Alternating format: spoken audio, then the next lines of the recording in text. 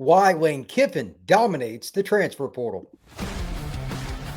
Locked On presents The Portal, the daily podcast covering college football recruiting and everything NIL. Part of the Locked On Podcast Network. Your team every day. Into the Portal Podcast, where you get your daily recruiting, NIL, and transfer portal scoop. I'm your host, Brian Smith, longtime college football recruiting analyst. Thank you for making the Portal Podcast a part of your day each and every day, right here on the nation's #1 podcast network, Locked On. Truly appreciate you stopping in, and we have a fun show for you today because we're going to be talking about why Lane Kiffin dominates the portal and why other teams do not. And if you take nothing else from this podcast, note the following. Even though coaches are the most stubborn people on earth, and believe me, dealing with them, I know, the ones that are willing to adjust will be the ones that hoist trophies. Lane Kiffin has adapted, not just to the concept of the portal, but actually adapting his systems to players and not just going after random talent, finding players that also fit what he wants to do. Really, that's the bottom line. You have to pay. You've got to go out and recruit these kids just like you would high school kids, all of that. But it's about adapting.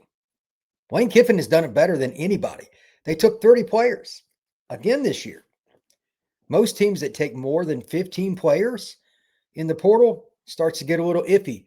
How your locker room is going to work, how it's going to be in regards to the players coming back, arguments about who's making more NIL money, a lot of different things. And while not every player for Ole Miss hits the home run, Kiffin has done a great job. They're a top 6 team by about any metric now in terms of the polls, which is really the only one that matters. And they're doing it with players that many started out elsewhere. Roughly half their roster are portal guys. Most teams, again, that do that don't work out so well. So here are a few examples just from this year's team. This is just players that came in this year. There are certainly some holdovers as well. And this isn't a full list of guys that have done well, but here we go. Just for examples, Patrick Kudus. It's ironic. He's a big offensive lineman that came over from Arkansas. Really good player. They needed O-line help, and there are very few guys that are in the portal as experienced and as valuable as Patrick Kudus, and he came over and has done well. Getting him from your rival, that's a little bonus. Trinidad Chambliss, he's the talk of college football. He's from Ferris State, a Division II school in the state of Michigan. Yeah, you heard that right. He's not even FCS, Division II, and he's playing like one of the top players in the Southeastern Conference. Incredible. Harrison Wallace III, wide receiver that came over from Penn State. For those of you that do not remember, he was one of the wide receivers for the Nittany Lions that went over in the game against Notre Dame. They didn't have a receiver with a catch, not one. Yet he's been one of the more consistent receivers at Ole Miss. So first off, they believed in him. Second off, they've coached him up and put him in a system where he can get plays for him that work and are consistent. He's one of the better clutch players at the wide receiver position. They've figured it out, and they've adjusted very well to Harrison Wallace, obviously. Antonio Kite, he doesn't get enough credit. Defensive back, comes over from Auburn. Didn't play a ton. He played some, but he didn't play a ton for Auburn. He's been one of the better guys. Played corner, I believe, for Ole Miss for most this year. Been one of the better guys. They don't have a great secondary, but without Kite, would they be where they are? Probably not. Finally, the obvious one, Kewan Lacey. Second-year player. He was at Missouri. They obviously understand how to recruit and understand the players at the running back position. They've done a really good job there in Columbia. But Lacey, he just went for over 200 yards. Again, it's about adjusting. Kiffin likes to throw it around, but he's got a bell cow running back. He's given him the football. He had over 200 rushing yards against Florida. They've got a pretty good front, believe it or not. Patrick Kudus and those guys opened the holes, and even when there wasn't much of a hole there, Lacey would make a guy miss, spin off of somebody, push the pile forward. That's a player. Kiffin kept feeding him the ball. That's not his style, but he adjusted to the player. Hats off to Kiffin, in my opinion. He is the portal king, not because of the volume he takes. He finds the players. He recruits the players. His staff does it. They adapt to them socially, on the field, everything they need to do They are the best program right now at using the portal to supplement. This is the second part of what I want you to understand about today. Even Ole Miss, there is no one team that's going to just use the portal to make it all the way to the college football finals, win a title, etc. You got to supplement with the portal in some way, shape, or form. Some of the guys that Ole Miss has, they're out of the high school ranks and they're really good, but they've got them to blend in really, really well. But not everybody does it the same, and we'll get to that in a minute. But here's another team that has done really well with it, and this is another nice little niche, Texas Tech. You talk about a team that didn't miss when it came to defensive line. Yeah, they got some guys probably because not just their need and not just going after it, the NIL money, but that's the era that we're in. And Texas Tech took 21 guys. It's a little high for a number, not as high as Ole Miss. They took 30, but 3 of their guys have been really good, not just good. I don't know if there's going to be a team that's going to match what Tech has done. Romello Hyde at end, David Bailey at end. Bailey might be the defensive league MVP in that league if it wasn't for one of his own teammates, the middle linebacker. Lee Hunter at nose guard. All 3 of those guys will play in the NFL in some capacity. To get one guy out of the portal at D-line that ends up in the NFL is good. 2 is outstanding, and 3 is pretty much unheard of. So they're a little bit different than Ole Miss, but if you're going to go big, go for defensive line. It's a position of need every year for every team. So they did it a little bit differently. They were linear with what they wanted, fill it in spot, running back, O-line, etc. across the board. But name a team that is in the Big 12 that's even in the same stratosphere with Tech at one of the most critical positions on the gridiron in defensive line. They didn't necessarily adjust. They just brought in the best. And they've coached up a lot of guys too. Their defense is legit. I think Tech has one of the best defenses. So they figured out how to use these guys. And just to give a shout out to their staff, David Bailey was not known when he was at Stanford as a run guy. He was a pass rusher. He was just okay. Man, he has taken a step forward. Now he's going to be an NFL guy. Congratulations to them. They've done a great job over there in Lubbock. Miami, they've taken 19 players. Malachi Tony's the freshman. He gets a lot of attention, but they've taken 19 players. Just want to mention them. They're the nice blend in between like Ole Miss and Texas Tech. 19 guys, several DBs, really good with what they've done in terms of trying to get guys on campus to blend in with them. Haven't had any problems. That defense has seemingly been seamless with all the additions, and that's the difference. They found the holes they needed at a critical spot. It's not easy to get really good DBs out of the portal. Miami did it. Oregon, that program has been as consistent since Lanning's been there as you can be. They primarily go with the high school ranks, but they got Dylan Thieneman from Purdue. And while I was a little skeptical because Purdue, I didn't think they used him very well. He's a really good athlete. He was playing like 25 yards off the ball sometimes. It was ridiculous. They got Malik Benson from Florida State, who I will talk about in a second. And they got Isaiah World, an offensive tackle from Nevada. Benson's the burner at receiver. World is a massive man at tackle. So they weren't scared of the level, the competition. They knew they could find fits for him, and kind of like with Ole Miss, it's about adjusting. Thieneman had to adjust to their system, which is a lot better than the one he was in at Purdue. He's one of the better Big Ten safeties. And looks like the Ducks are probably going to head to the playoff, especially if they beat USC this next weekend. So let's take Benson. He's a guy that had a lot of problems catching the football last year, and he was at Florida State. Oof. It was pretty ugly. They've coached him up, and now he's one of the more consistent receivers for the Ducks, and he's been a big part of their offense. And then Isaiah World. I mean, can't teach a guy with that kind of size. What, he's a 6'6", 6'7", whatever he is. He's massive. They've got a great run game. Isaiah is one of the main reasons why. When we come back, why doesn't it work like this for more schools? These schools are adjusting. Some fit in some players here or there. Some take more than others, like Ole Miss. Why are they able to adjust?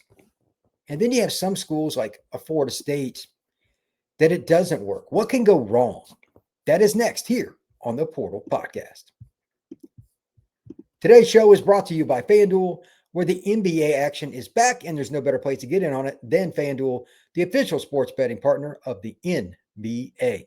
Even if you missed the start of the game and want to hit on that hot hand, FanDuel has got live bets on everything from who will score next to fourth quarter comebacks. Plus, you can even combine your live bets into a same game parlay for an even bigger chance at a payout. Keeps every game exciting, especially when your team's making a fourth quarter run. FanDuel is giving new customers $300 in bonus bets when your first $5 bet is a winner. Head to FanDuel.com and sign up and play your game with FanDuel, the official sports betting partner of the NBA. FanDuel is the first one, but we also got to talk about game time. College football is rolling. It is a wild and wacky season. We're getting close to the end for the college football playoff. Couldn't be more exciting. That's why all the tailgates, rivalries, and the games, going to them live, there's nothing like it. But let's be real, getting tickets to your favorite games, not always the easiest thing to do. Endless queues, hidden fees, and prices jumping out at you at checkout. That's why I use Game Time, and I actually just got 2 tickets on Game Time. To be honest with you, gives you, the fan, the advantage.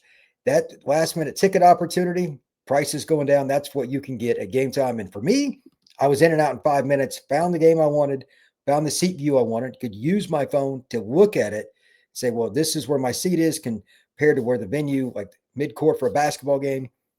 And then I put in my credit card information. I was in and out in 5 minutes. Take the guesswork out of buying college football tickets with Game Time. Download the app, create an account, and use code LOCKEDONCollege for $20 off your first purchase. Again, Locked On College for $20 off. Swipe, tap, ticket, go. Download the Game Time app today. Thank you once again for making the Portal Podcast a part of your day each and every day right here on the Locked On Podcast Network. Like and subscribe, become an everydayer. We truly appreciate you stopping in and help me grow this channel. It's a lot of fun. Going to be talking a lot of portal stuff. We are starting to see the names trickle in. In another week or so, it won't be a trickle anymore. And every day there will be news. I'll have breaking news. There'll be shorts that you need to check out on YouTube. A little bit of everything here on the Portal Podcast. But right now, I want to ask the same question that I did right before the break. Why is it that some teams, they seem to be doing the same things that like an Oregon or a Texas Tech and some of these other schools are in? Why is it that they fail with the portal? And that's a pretty big and broad conversation. But there are a couple mainstays that I'll also kind of intertwine with Florida State, another team that I cover here on the network for Locked On Seminoles. It's pretty simple.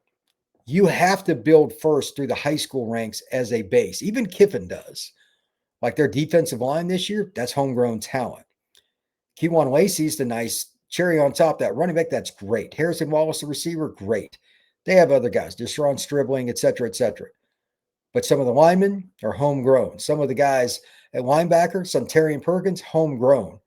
And they're not disrespecting those guys. They're bringing in players to supplement what they already have. That's the difference. And they're not like completely overpaying in the portal and ticking off guys in the locker room. That is a very key problem that Florida State just experienced last year. I don't think that's necessarily as big a deal now, but Norvell and his staff at Florida State, they had some issues with that from what I'm told by multiple people. That's no good. So if you overpay to overcompensate for your recruiting misses, you're going to end up losing in more ways than one. Second, it's just coaching. Take Dylan Thieneman at Oregon as an example. Purdue was awful last year. He was the free safety. He was a really good athlete, but they had him literally 25 yards from the ball on some snaps when the ball went back to the quarterback. And I'm not exaggerating at all. What are you doing? Put him in a system that makes sense. Let him roam. Let his athleticism do its thing. Put him with other good players at Oregon. It'll work itself out. Thieneman has done that. He's been a good player for the Ducks. And he's a microcosm of how it's done. Good players want to play with good players. And they want to be treated fairly. Compensate them, but don't tick off everybody in the locker room by bringing them in.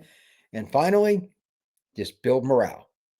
If you've got a good high school base, kids that want to win, they'll accept some portal players coming in, just not being overwhelmed. That's really the base. But think about some of the other teams too. LSU this year, they lost not one, but 2 offensive tackles a year early to the NFL draft. One of them went 4th overall. That's pretty good. And Rick Jones, he went 3rd round too. I mean, they had some guys.